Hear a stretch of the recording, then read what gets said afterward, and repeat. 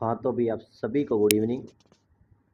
तो आज की इस वीडियो में हम देखने वाले हैं F triple E fundamental of electrical and electronics engineering, जिसका आपका कोड है 2004 के इम्पोर्टेंट क्वेश्चंस। तो इस वाली वीडियो में मैं पूरी कोशिश करूँगा कि आपका कंप्लीट पेपर यहाँ से कवर हो जाए, जिसमें हम बातें करेंगे कि 1 नंबर के क्वेश्चन कहाँ से आते हैं, 4 नंबर वाले, 3 नंबर वाले, आपके बड़े क्वेश्चंस 8 नंबर वाले कहाँ कहाँ से बनते हैं। कंप्लीट अपन इस वाले क्लास में देखने वाले हैं।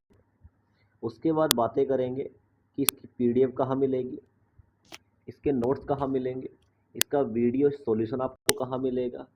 लास्ट में हम इसी के बारे में बातें करेंगे कि जिन भी स्टूडेंट ने अभी तक कुछ नहीं पढ़ा उनको कैसे पास होने के लिए कितना पढ़ना है, और जिन भी स्टूडेंट ने कंप्लीट पढ़ रखा है उनके लिए ये क्वेश्चंस कैसे बेनिफिशियल होने वाले हैं। तो आप सभी लास्ट तक बने रहें।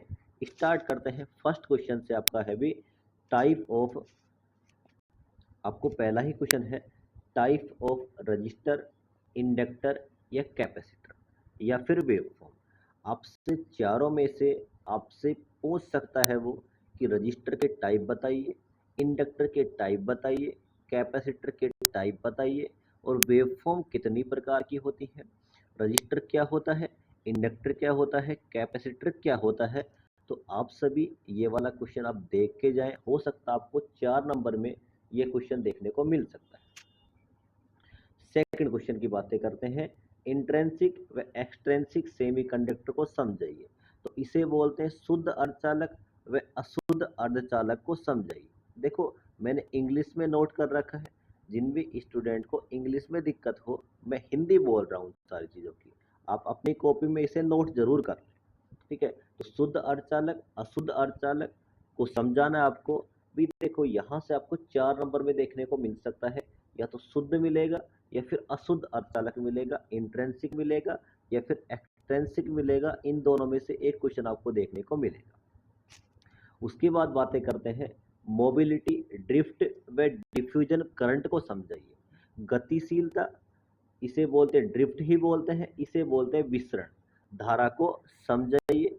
यहाँ से आपको 3 नंबर में आपसे क्वेश्चन पूछ सकता है, 4 नंबर का यहाँ से क्वेश्चन नहीं बनता। और फिर अगर आपसे 4 नंबर का बनेगा तो 2 डेफिनेशन आपसे पूछने वाला है। वैसे यहाँ से 3 नंबर का क्वेश्चन आपका बन सकता है। उसके बाद देखो भाई, इंपॉर्टेंट क्वेश्चन आने वाला क्वेश्चन, मोस्ट इंपॉर्टेंट भी यहाँ से आएगा ही आएगा। आपसे बोलेगा कि डायोड क्या होता है, उसकी वी आई कैरेक्टरिस्टिक्स बताइए, फॉरवर्ड वाइज और रिवर्स वाइज। इसका मतलब क्या है हिंदी में, देखो भी कि डायोड क्या होता है, पश्चगामी व अग्रगामी अभिनीति को समझाना है, उसकी वीआई कैरेक्टरिस्टिक्स आपको बतानी है। इंपॉर्टेंट क्वेश्चन आपके लिए रहने वाला है, तो आप इसको तो जरूर देख के जाना है। उसके बाद हम बात करते हैं भी कि एक्सप्लेन दी बीजेटी, कि बीजेटी को समझाइए।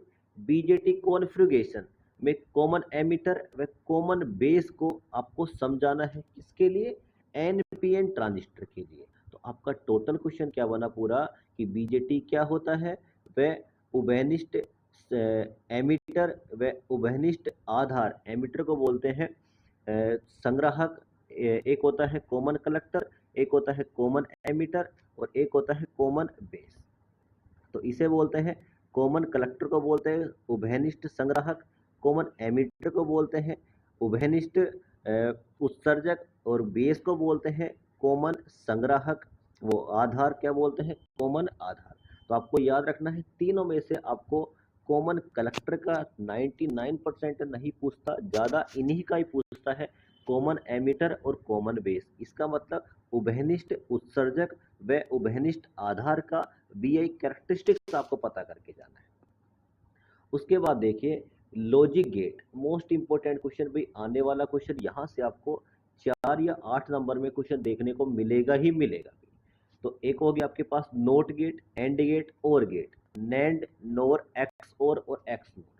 इन जितने भी आपके पास टोटल गेट कितने बन गए भी, 3 तो ये हो गए, 3 ये हो गए, 6 और 7। इनमें से 2 या 3 क्वेश्चन आपको 8 या 12 नंबर में देखने को मिलेंगे ही मिलेंगे।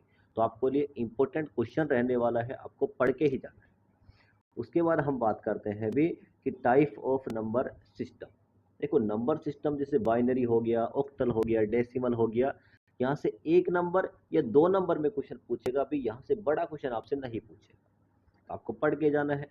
कन्वर्जन बोल देगा आपको, बाइनरी से डेसिमल में बताइए, डेसिमल से बाइनरी में बताइए, तो आपको ये करके जाना अच्छे से। उसके बाद बात करते हैं कि explain the EMF. Important question रहने वाला है भी कि ईएमएफ को समझाइए, करंट को समझाइए, वोल्टेज को समझाइए, पावर व शक्ति को, पावर जिसको बोलते हैं हम शक्ति व ऊर्जा को समझाइए। इन 4 या 5 डेफिनेशन में 2 या 3 डेफिनेशन आपको एग्जाम में देखने को मिल सकती है। 4 नंबर में आने वाला क्वेश्चन है ये वाला। उसके बाद देखिए ओम का नियम। देखो ओम का नियम व कॉम्बिनेशन ऑफ रेजिस्टेंस, जैसे सीरीज होता है और पैरेलल, श्रेणी क्रम और समांतर क्रम व ओम का नियम, इन दोनों में से आपको हो सकता है दोनों ही क्वेश्चन देखने को मिल जाए, हो सकता है दोनों में से आपको एक क्वेश्चन जरूर देखने को मिलेगा ही मिलेगा। 8 नंबर में बनता है क्वेश्चन। देखो 8 नंबर में बनेगा तो आपसे ओम का नियम पूछ लेगा और आपसे बोल देगा कि श्रेणी क्रम संयोजन को समझाइए। अगर 4 नंबर में पूछता है तो आपसे सिंपल बोलेगा कि श्रेणी क्रम व समांतर क्रम में से एक को ही समझाना आपको, तो याद रखना। उसके बाद देखो 10वां वाला क्वेश्चन है कि एनालॉजी बिटवीन इलेक्ट्रिकल व मैग्नेटिक सर्किट, मतलब क्या है, विद्युत व चुंबकीय परिपथ में क्या समानताएं होती है।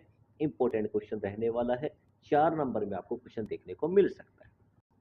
उसके बाद देखिए भाई, ये कुछ डेफिनेशन है एसी के बारे में। क्या होता है, साइकिल जिसे हम बोलते हैं चक्र, एम्पलीट्यूड होता है आयाम, फ्रीक्वेंसी क्या होती है आवर्ती, टाइम पीरियड होता है आवर्तकाल, आरएमएस वैल्यू को वर्ग माध्यम मूल मान, एवरेज वैल्यू को औसत मान, फॉर्म फैक्टर होता है रूप गुणक, और एंगुलर वेलोसिटी इसको बोलते हैं कोणीय वेग। तो यहाँ से मैंने 6 या 7 डेफिनेशन आपकी, यहाँ से आपको 8 नंबर में देखने को क्वेश्चन मिल सकता है। यहाँ से आपसे डेफिनेशन ही पूछेगा और यहीं से ही न्यूमेरिकल बनते हैं, तो आपको याद रखना है यहाँ से न्यूमेरिकल बन सकते हैं, तो न्यूमेरिकल भी यहाँ से बन सकते हैं और आपसे थ्योरेटिकली पूछ सकता है। 99% चांस है आपसे थ्योरेटिकल पूछे, न्यूमेरिकल आपके नहीं बनते यहाँ से। फिर भी अगर आपसे बोल दे कि न्यूमेरिकल को समझिए तो इजी न्यूमेरिकल होते हैं यहाँ से।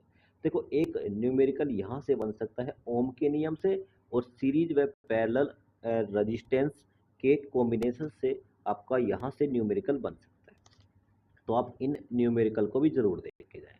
अब देखो लास्ट वाला चैप्टर से 4 क्वेश्चन है जो है ट्रांसफॉर्मर, सबसे इजी चैप्टर होता है, आपको पास करवाने लायक चैप्टर होता है। तो देखो सबसे पहले बात करते हैं contraction working principle of transformer. पूरा आपको डायग्राम याद रखना है, उसकी वर्किंग आपको पढ़ के जानी है। 8 नंबर में क्वेश्चन आपसे पूछ सकता है अभी, और अब की बार इसके चांस सबसे ज़्यादा है कि पिछली बार उसने ईएमएफ इक्वेशन पूछ लिया था अभी, ठीक है। तो अगला क्वेश्चन देखो ईएमएफ इक्वेशन ऑफ ट्रांसफॉर्मर, ये भी भाई आपसे 8 नंबर या 4 नंबर में पूछ सकता है। ये वाले जितने भी क्वेश्चन हैं ये दोनों क्वेश्चन आपको 8 नंबर में ज़्यादा संभावनाएं है बनने की, जबकि 4 नंबर में इन दोनों में से एक क्वेश्चन आएगा ही आएगा। उसके बाद देखिए भी नेक्स्ट क्वेश्चन आपका टाइप ऑफ ट्रांसफॉर्मर, परिणामित्र के प्रकार, स्टेप अप व स्टेप डाउन, ऊंचाई व अपचाई ट्रांसफार्मर को समझें। तो आपको ये 4 नंबर में क्वेश्चन आपसे पूछ सकता है। उसके बाद देखिए टर्न व ट्रांसफॉर्मेशन रेशियो को समझाइए। देखो यहाँ से है ना भी 1 नंबर का क्वेश्चन बन सकता है या फिर 3 नंबर का क्वेश्चन बन सकता है। बड़ा क्वेश्चन यहाँ से नहीं बनेगा, यहाँ से न्यूमेरिकल भी बन सकता है। तो आपको ये वाला क्वेश्चन भी अच्छे से कवर करके जाना है। तो देखो इस वाली वीडियो में मैंने आपको कंप्लीट सारी बातें बता दी भी, कहाँ से 1 नंबर का बनेगा, कहाँ से 3 नंबर का बनेगा, कहाँ से 4 नंबर का बनेगा, कहाँ से 8 नंबर का बनेगा, आपको थोड़ा आइडिया लग जाएगा। अब आपको करना क्या है, जिन भी स्टूडेंट के पास इसके नोट्स नहीं है, आपको भी इस वीडियो के नीचे डिस्क्रिप्शन बॉक्स में एक लिंक मिलेगा जहां से आप टेलीग्राम पे ज्वाइन हो जाओगे, और वहां से आपको एक मैसेज करना है कि सर मुझे नोट्स चाहिए 2004 के। इस बुक का आप नाम लिखोगे, आपके पास थोड़ी ही देर में नोट्स आपको कंप्लीट प्रोवाइड करवा दिए जाएंगे। इस इन वाले क्वेश्चनों की पीडीएफ भी आपको वहीं पे मिलेगी, इन वाले क्वेश्चनों का वीडियो सॉल्यूशन जो आपको इसमें क्वेश्चन लिखे हुए हैं लगभग वो आपको एक कवर हो जाए। मैं 3 या 4 वीडियो आपके पास भेजूँगा, आप उनको 2 से 3 बार ज़रूर देख के जाएँ। जैसे ट्रांसफ़ॉर्मर है, अगर आपने 3 से 4 बार उस क्लास को सुन भी लिया ना, तो भी आप अच्छे से उसमें परफ़ॉर्म करके आ सकते हैं। अब बातें करते हैं उन स्टूडेंट के लिए जिन्होंने अभी तक कुछ नहीं पढ़ा इसमें, जिनको बस मात्र पास होना है। वो क्या करें भई, या तो वो स्टार्टिंग के 8 क्वेश्चन पढ़ जाएँ या फिर वो लास्ट के 7 क्वेश्चन पढ़ जाएँ। इतना तो करना ही पड़ेगा। या तो आप स्टार्टिंग के 8 क्वेश्चन कर लो या लास्ट के 7 क्वेश्चन कर लो। मैं पूरा आपको श्योरिटी से कह सकता हूँ उस स्टूडेंट को बैक नहीं लगेगी। अगर आपको 6 महीने बचाने हैं तो 8 क्वेश्चन तो आप पढ़ ही सकते हो। जहाँ पे भी आपको दिक्कत आए, कोई भी समस्या किसी भी प्रकार की, आप मेरे से पर्सनली भी शेयर कर सकते हो, कमेंट बॉक्स में भी कमेंट कर सकते हो।